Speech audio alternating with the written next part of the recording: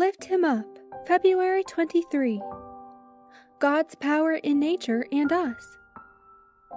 For since the creation of the world, God's invisible qualities, his eternal power and divine nature, have been clearly seen, being understood from what has been made, so that men are without excuse.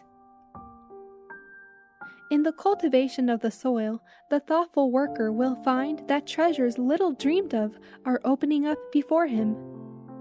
No one can succeed in agriculture or gardening without attention to the laws involved.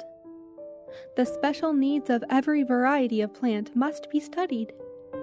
Different varieties require different soil and cultivation, and compliance with the laws governing each is the condition of success. The attention required in transplanting, that not even a root fiber shall be crowded or misplaced. The care of the young plants, the pruning and watering, the shielding from frost at night and sun by day, keeping out weeds, disease, and insect pests, the training and arranging, not only teach important lessons concerning the development of character, but the work itself is a means of development. In cultivating carefulness, patience, attention to detail, obedience to law, it imparts a most essential training. The constant contact with the mystery of life and the loveliness of nature, as well as the tenderness called forth in ministering to these beautiful objects of God's creation, tends to quicken the mind and refine and elevate the character. And the lessons taught prepare the worker to deal more successfully with other minds. The same power that upholds nature is working also in man.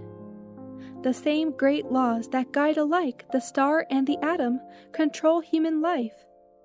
The laws that govern the heart's action, regulating the flow of the current of life to the body, are the laws of the mighty intelligence that has the jurisdiction of the soul.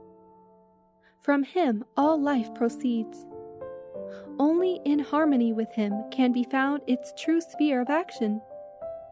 For all the objects of his creation, the condition is the same: a life sustained by receiving the life of God, a life exercised in harmony with the Creator's will.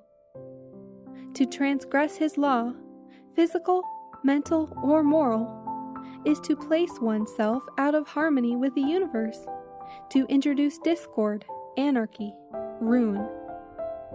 To him who learns thus to interpret its teachings, all nature becomes illuminated. The world is a lesson book, life a school. The unity of man with nature and with God, the universal dominion of law, the results of transgression, cannot fail of impressing the mind and molding the character. As the dwellers in Eden learned from nature's pages, as Moses discerned God's handwriting on the Arabian plains and mountains, and the child Jesus on the hillsides of Nazareth, so the children of today may learn of him. The unseen is illustrated by the seen. On everything upon the earth, from the boundless ocean to the tiniest shell on the shore, they may behold the image and superscription of God.